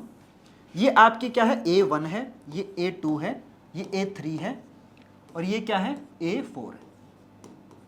क्लियर एवरीवन, समझ में आया, ठीक है। अब देखो थोड़ा नोटिस करो, यहां पे क्या बोला गया है, क्वेश्चन के अंदर पहली first and fourth term to that of the second and third term, यानी कि पहली टर्म और फोर्थ टर्म को मल्टीप्लाई करना है, उसको डिवाइड करना है सेकंड और थर्ड टर्म से, फिर उन दोनों की जो रेशो आएगी वो आके 2:3 है। इसका मतलब क्वेश्चन के अंदर आपको यह बताया गया है कि पहली टर्म और फोर्थ टर्म को जब मैं मल्टीप्लाई करता हूं a1 इंटू a4, ठीक है। इसको डिवाइड करते हो जब आप सेकंड टर्म को थर्ड टर्म से मल्टीप्लाई करके तो आपका रेशो कितना आता है 2/3 आता है। क्लियर एवरीवन, ये क्वेश्चन में आपको बोला गया है। तो अब इसको सिंपल लिख देंगे, तो मैं यहां पे लिखता हूं, तो मैं इसको इरेज कर देता हूं, ठीक है। अब इसको हम लिखेंगे, तो मेरी पहली टर्म क्या थी a माइनस 3d, ठीक है। पहली टर्म को मैंने मल्टीप्लाई किया फोर्थ टर्म के साथ, फोर्थ टर्म क्या थी मेरी a प्लस 3d, ठीक है। सेकेंड टर्म क्या थी a माइनस डी इंटू, और थर्ड टर्म क्या थी a plus D. Clear everyone, तो यहां पे मैंने सिंपल ये चीज रेप्लिकेट कर दी और रेशियो क्या आएगी 2/3 आएगी। क्लियर एवरीवन, ये समझ में आया आपको, ठीक है। अब देखो ये चीज आपको गिवन है और इस क्वेश्चन में एक और चीज दे रखी है कि जब मैं पहली 4 टर्म को ऐड करता हूं तो आंसर कितना आता है 20 आता है। तो एक काम करो, पहली 4 टर्म को ऐड कर दो, ठीक है। मैं यहां पे लाइन ड्रॉ करता हूं, तो अब यहां पे पहली 4 टर्म को ऐड करके दिखाता हूं। तो पहली टर्म क्या थी a माइनस 3d, दूसरी टर्म क्या है a माइनस डी, तीसरी क्या है a प्लस डी, चौथी क्या है a प्लस 3d। इनको जब मैं ऐड करता हूं तो आंसर किसके इक्वल आता है, क्वेश्चन में गिवन है 20 के इक्वल आता है, ठीक है। अब देखो 3d से 3d कट गया, d से d कट गया, तो a plus a plus a plus a कितना हो गया, ये हो गया आपका 4a is equal to 20। Clear everyone, तो a की वैल्यू कितनी आ गई, a की वैल्यू हो गई 5। क्लियर एवरीवन, यानी कि जो आपका a है वो कितना है 5 है। आपको निकालना क्या क्वेश्चन में d की वैल्यू, यानी कि कॉमन डिफरेंस आपको निकालना है। तो a आपको पता है, d की वैल्यू आपको निकालनी है। अब ये जो a की वैल्यू है वो आप सिंपल इसके अंदर पुट कर सकते हो, बिल्कुल पुट कर सकते हो, तो पुट करते हैं। तो पुट करने से पहले ना एक काम करते हैं, ऊपर है ना आइडेंटिटी लगा देते हैं। यहाँ पे देखो आइडेंटिटी लग रही है a minus B into A plus B, तो a square minus B square वाली आइडेंटिटी लग जाएगी ना, बिल्कुल लग जाएगी। तो ऊपर क्या बनेगा a square minus 9d square, ठीक है। नीचे क्या बनेगा, नीचे भी सेम आइडेंटिटी लगेगी, तो a square minus d square. Clear everyone, तो मैंने ऊपर नीचे आइडेंटिटी लगा दी is equal to 2/3। Clear everyone, यहां तक समझ में आया। अब मैं क्या करूंगा, अब मैं a की वैल्यू पुट करूंगा, तो a की वैल्यू क्या है 5 है, तो यहां पे देखो क्या है a स्क्वायर है, तो a स्क्वायर, a की वैल्यू अगर 5 है तो a स्क्वायर कितना हो जाएगा 25, तो यहां पे a स्क्वायर 25 हो गया। सिमिलरली नीचे भी 25 हो जाएगा 25। तो आपको इतना समझ में आया, ठीक है। अब मैं इसको इरेज कर देता हूं। अब देखो अगर आप नोटिस करोगे जितना अभी हमने सोल्व किया है, अगर आप नोटिस करोगे इसमें कहीं पे भी a है, क्योंकि a की वैल्यू तो हमने पुट कर दी, इसके अंदर सिर्फ आपका d है। तो इसको अगर मैं सोल्व करूंगा तो d की वैल्यू आ जाएगी ना, बिल्कुल आ जाएगी। तो इसको मैं सोल्व करता हूं, यहां पे सोल्व करता हूं। तो एक काम करो, क्रॉस मल्टीप्लाई कर दो, तो ये 3 से मल्टीप्लाई होगा तो 75, 3 9 27 minus 27 d square is equal to, और ये जो 2 है ये इससे मल्टीप्लाई होगा तो 50 minus 2d square. Clear everyone, मैंने सिंपल क्या किया, क्रॉस मल्टीप्लाई कर दिया, ठीक है। इतना समझ में आ गया, ओके। अब सिंपल इसको सोल्व करना है, तो एक काम करो, माइनस 27d स्क्वायर को उधर ले जाओ और 50 को उधर ले आओ, तो यहाँ पे आ जाएगा 50 माइनस होगा तो 25, और ये उधर ऐड हो जाएंगे, नहीं ऐड नहीं होगा, ये प्लस का हो जाएगा, तो ये हो जाएगा 25d स्क्वायर। तो d स्क्वायर हो गया आपका 1, क्योंकि 25 से 25 डिवाइड हो जाएगा तो दोनों तरफ रूट कर दो, तो स्क्वायर से रूट कट जाएगा, तो d की वैल्यू आ गई आपके प्लस माइनस 1। क्लियर एवरीवन, बहुत सारे बच्चे क्या करेंगे इस क्वेश्चन के अंदर है ना, जो आंसर है वो +1 लिख के आएंगे, नहीं। यहां पे देखो d स्क्वायर से आपके d की वैल्यू आई है, समझ रहे हो, तो आपके d की 2 वैल्यू आएंगी। इस एपी के अंदर जो कॉमन डिफरेंस है वो 2 हो सकते हैं, एक +1 भी हो सकता है और आपका -1 हो सकता है। तो आप यहां पे लिखोगे कि भाई जो कॉमन डिफरेंस है वो आपका +-1 है। क्लियर एवरीवन, समझ में आया क्वेश्चन। तो इस तरीके से ये वाला क्वेश्चन आपका होगा। ये क्वेश्चन काफी इजी क्वेश्चन है, बस इसके अंदर जो आपको ट्रिक यूज करना है ना, वो आपको ये ट्रिक यूज करना है कि जो 4 टर्म आप लेट करोगे वो आपको नॉर्मल टर्म लेट नहीं करनी, आपको जो टर्म लेट करनी है वो क्या लेट करनी है, पहली टर्म a माइनस 3d, दूसरी a प्लस नहीं a माइनस डी आएगा, क्योंकि हर बार जो कॉमन डिफरेंस है वो +2d का है ना। फिर तीसरी टर्म हो जाएगी a प्लस डी, चौथी हो जाएगी आपकी a प्लस 3d। क्लियर है एवरीवन, तो इस क्वेश्चन में जो ट्रिक है ना वो ये है कि भाई जो आप 4 टर्म लेट करोगे वो ये लेट करनी है। देखो ये 4 टर्म लेट करने का मेन रीजन क्या है, क्योंकि जब आप इन चारों टर्म को ऐड करते हो ना तो आपके d से d कट हो जाते हैं। अगर आप नॉर्मल टर्म लेट करोगे, for example a plus D, a plus 2d, a plus 3d, अगर आप ये 4 टर्म लेट करोगे, जब इनको ऐड करोगे इक्वल टू 20 पुट करोगे, क्योंकि क्वेश्चन में गिवन है कि भाई पहली 4 टर्म का जो सम है वो 20 है। तो अब देखो यहां पे क्या बनेगा, जब इनको ऐड करोगे तो 4a 3 प्लस 3 यहां पे आ जाएगा 6d इज इक्वल टू 20। अब इससे आगे सोल्व हो ही नहीं सकता क्योंकि इक्वेशन बन गई। लेकिन जब आप इस तरीके से टर्म को लेट करोगे ना तो क्या हो जाएगा, आपके a की वैल्यू निकल जाएगी। Clear everyone. तो इस क्वेश्चन में जो ट्रिक था वो ये था कि भाई आपको जो टर्म लेट करनी है वो इस तरीके से लेट करनी है। तो ये क्वेश्चन काफी बिलो एवरेज क्वेश्चन है, क्योंकि बस इसमें एक ट्रिक आपको पता होना चाहिए, बाकी क्वेश्चन आप कर लोगे। Clear everyone. चलो आज के आखिरी क्वेश्चन पे चलते हैं, जो कि आज का होमवर्क वाला क्वेश्चन है। देखो यार, आज की वीडियो के अंदर मैं आपको टोटल 9 क्वेश्चन करवा चुका हूं। ये 10वां क्वेश्चन आपका होमवर्क वाला क्वेश्चन है। इसके अंदर है ना आपके टोटल 2 पार्ट है, तो दोनों पार्ट का जो आंसर है ना वो आपको मेरे को कमेंट सेक्शन में बताना है। देखो यार, इस वीडियो को ना रोबोट की तरह मत देखो, मैं आपको बहुत बार बोल चुका हूं। तो आपको ये क्वेश्चन सोल्व करना है, अपने पेपर पेन उठाओ भाई, सोल्व करो इस क्वेश्चन को, ठीक है। ये होमवर्क वाला क्वेश्चन है, दोनों पार्ट का जो आंसर है वो आपको मेरे को कमेंट्स में बताना है, और तुम्हारे कितने नंबर आए ये भी आपको मेरे को कमेंट्स में बताना है। वीडियो को स्टार्टिंग में मैंने आपको एक चीज बोली थी कि मैं आपको टोटल 10 क्वेश्चन कराऊंगा, हर करेक्ट आंसर के आपको 1 नंबर मिलेंगे। तो आपके 10 में से आपके कितने नंबर आए हैं ना, फॉर एग्जांपल आपके 10 में से मान लो 7 क्वेश्चन के बिल्कुल करेक्ट आंसर आए, तो आपका स्कोर कितना हो गया, 7 आउट ऑफ 10, ठीक है। तो आपके कितने नंबर आए हैं ये भी आपको मेरे को कमेंट्स में बताना है। इन 10 क्वेश्चन में से आपके कितने क्वेश्चन ठीक है, कितने गलत है, सारी चीजें आपको मेरे को कमेंट्स में बतानी है। देखो यार, जब तक आप लिखोगे नहीं ना तब तक आपको रियलाइजेशन नहीं होगा, तो सारी चीजें आपको कमेंट्स में लिखनी है। Clear everyone. और देखो यार, इस वीडियो को बनाने में लिटरली मेरी बहुत मेहनत लगी है। सुबह के 4 बजे हुए हैं, ये शाम के 4 नहीं है, ये सुबह के 4 हो रखे हैं, समझ रहे हो, मतलब पूरी रात लग गई यार इस वीडियो को बनाने में। लिटरली मेरी बहुत ज्यादा मेहनत लगी है।